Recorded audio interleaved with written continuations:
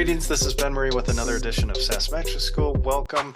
Today talking about one of the biggest SaaS data mistakes that I see, and that is opportunity data coming from out of our CRM system.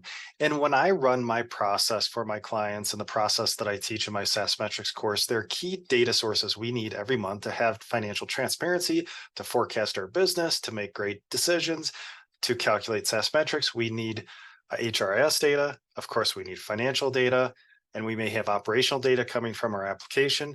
And then finally, we need opportunity data. So if we have that outbound motion, if we have executed contracts with our customers and we have that closed won process, we need good data coming from our CRM system. 1 for reporting, 2 for analysis, 3 for invoicing, and then ultimately correct revenue recognition. So it's so important that we track the right data. We have the correct fields in our CRM system in that opportunity record. And I hosted a guest expert this week, and I put in the show notes a link to that replay of how to correctly configure your opportunities. This was awesome. There are a ton of questions. It was led by John DeGuinness, who I used to work with, and now he's a Salesforce administrator.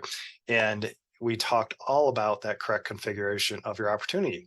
So some of the biggest mistakes that I see is, 1, say we have subscription revenue, we've got services revenue, we have different revenue streams, and we've got just this all lumped into one figure on our opportunity. So we don't really know what we booked for that customer. And then the second thing is tracking annual versus multi-year contracts. Also, was this a 1-year deal?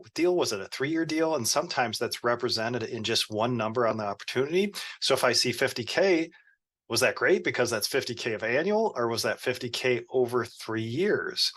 So there's so much we can talk about here, but I really suggest checking out that replay. We also have the slides for download as well. Would be a great reference for your sales ops and rev ops team of just key considerations when configuring your opportunity. And also, bookings drive revenue forecasts. So when you're working with your CFO or your FP&A team, looking at historical trends in bookings, new versus expansion, and that informs and feeds our revenue forecast. And of course, bookings data, common request, and due diligence.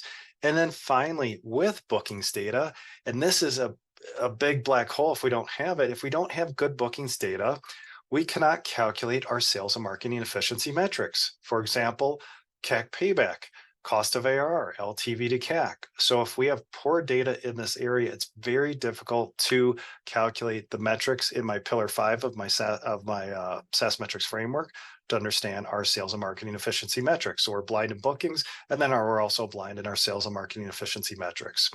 So there's a lot to go through with opportunity data, but highly suggest checking out that replay. It was an informative session. There were tons of great questions. So check out the show notes for more information.